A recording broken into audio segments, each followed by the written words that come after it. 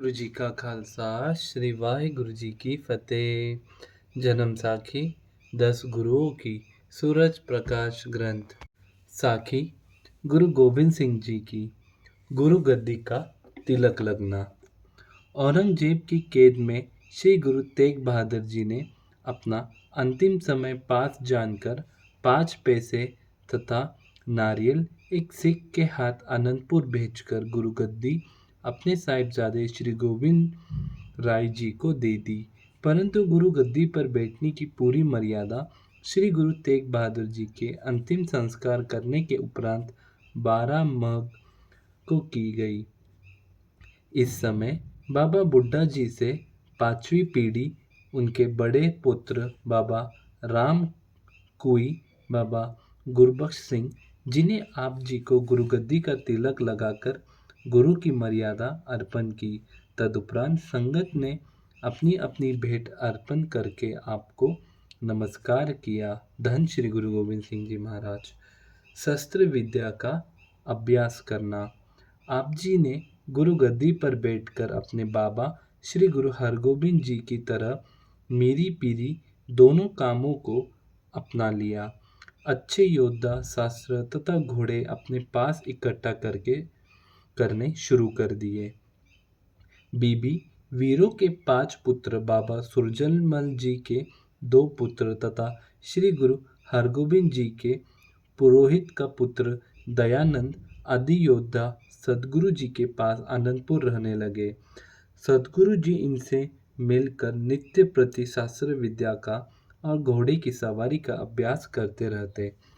इसके साथ ही आप जी गुरु घर की मर्यादा के अनुसार सिख सेवकों को सतनाम का उपदेश द्वारा आनंदित करते।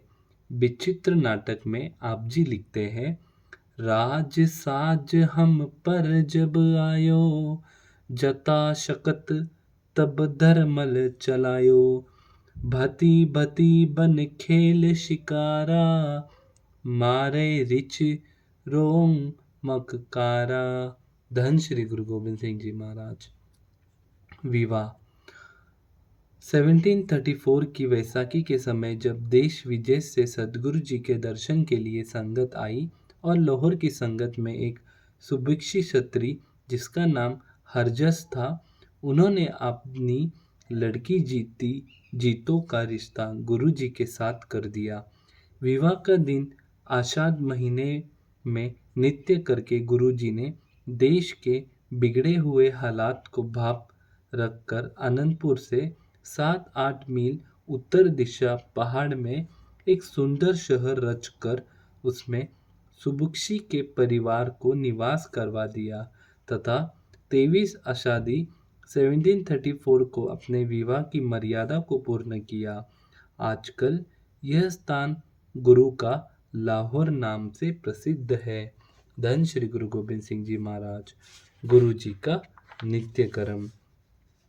इस स्थान के पास ही पानी का एक चश्मा चल रहा है जो गुरु जी ने घोड़े पर सवार ही पृथ्वी में नेजा मार कर निकाला था। इस चश्मे के साथ ही गुरु जी ने 2 बार फिर नेजे मार कर 2 और चश्मे निकाले थे जो आजकल गुरु की त्रिबेनी करके प्रसिद्ध है। प्रातःकाल उठकर गुरु जी सोच स्नान करके अंतर्ध्यान होकर बैठ जाते। दिन चढ़ने पर दीवान सजता, जिसकी समाप्ति के बाद संगत को गुरुमत का उपदेश देते और शंके दूर करके उन्हें सुमार्ग पर लगाते। बाद में लंगर तैयार होते। सब प्रसाद खाकर अपने महलों में जाकर आराम करते। पिछले पहर आप शास्त्र विद्या का अभ्यास आप करते और अपने योद्धाओं को भी करवाते। बाहर जंगल में जाकर निशानेबाजी करनी, घोड़े मोड़ने और तीर चलाने आदि कारीगरों के द्वारा बड़े तीखे तीर, तलवारें और नेजे, कटारे आदि तैयार करवाते रहते। कई सिख गुरु जी की खुशी प्राप्त करने के लिए बढ़िया हथियार और अच्छे घोड़े लाकर आप जी को भेंट करते। धन श्री गुरु गोबिंद सिंह जी महाराज।